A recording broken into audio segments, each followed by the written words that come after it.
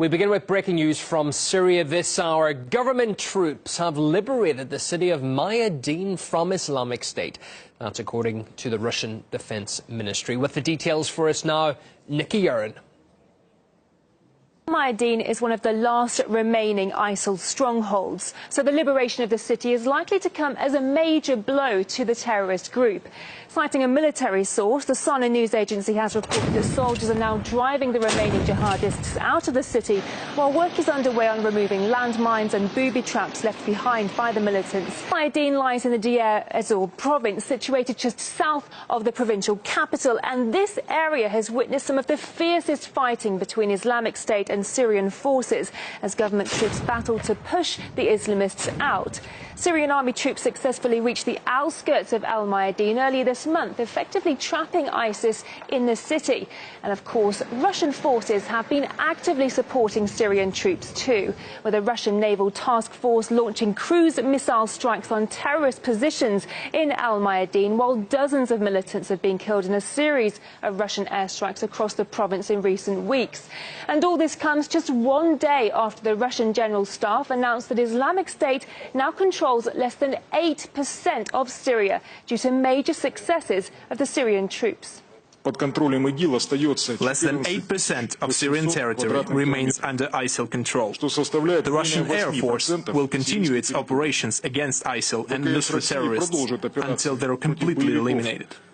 The liberation of Mayadeen means that Islamic State's presence in Syria has shrunk further, leaving the group wounded and, most crucially, more vulnerable. Perhaps the perfect time for government troops to intensify its anti-ISIL campaign.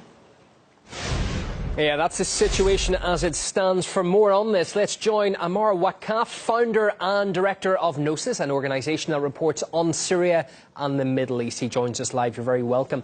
How long could it take, do you think, to liberate this remaining 8% of Syrian territory from ISIL? Well, it's going to take a while, because we need to understand that Daesh or ISIS doesn't only operate in Syria. It also operates in adjacent Iraq. And, for example, if the Syrian Army and its allies manage to push Daesh all the way towards the Syrian-Iraqi border, there would still be some territory on the eastern of that within Iraq, which is the western Anbar province, that needs to be cleared as well. So both countries and their allies need to work in tandem. Otherwise, you cannot commit many troops on a very extensive borderline and be able to protect everything. You would have sometimes a group of 100, 200 fighters breaking in and causing havoc, just like what happened, for example, in Al-Qaryatain very recently, eastern of Homs. They traveled about 200 kilometers, actually, under the watchful eye of the Americans, apparently. So it will take some time, but major city after major city is falling, and this is very significant, which would hopefully affect the morale of the remaining fighters and hasten the fall of this heinous organization.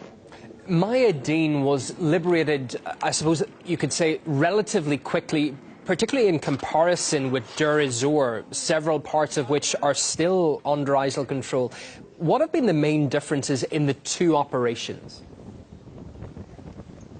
Well, Deir ez-Zor, first of all, had been divided as a city between those Syrians who did not want to, or did not accept, basically, to go under Daesh control, and Daesh itself. So the lines and the trenches and everything are very much stiff. Mayadeen doesn't have, apparently, this divide within the city. It has always been under Daesh control for a while now, since Daesh came, and basically we knew, well, i.e. the Syrian government, the allies, everyone who wants to get rid of Daesh, they knew where to bomb, and the fighters within the city couldn't entrench themselves very much, whilst the situation in Deir ez-Zor is slightly different, and the fighters of Daesh know exactly where to hide, and you have to be careful because they hide among civilians. They don't have clear areas apparently where you can bomb without having or causing huge collateral damage. So it will take some time. Yeah. But the good news is the Syrian army, having crossed the Euphrates a little bit south of Deir ez-Zor, is now heading north back on the other side of the Euphrates, the eastern bank, and is encircling those Daesh forces from behind. So this would also hopefully speed up the clearing of Deir ez-Zor itself, but it would also take some time. Just on another aspect to get your thoughts in, Amar, the city of Raqqa, north of where we're looking on the map there in eastern Syria, that's where the US-backed anti-ISIL operation is ongoing. The Russian military has said that the coalition is using the wrong tactics as they're trying to destroy the city's water supplies, which could, of course, impact greatly on civilians. Your thoughts on that aspect?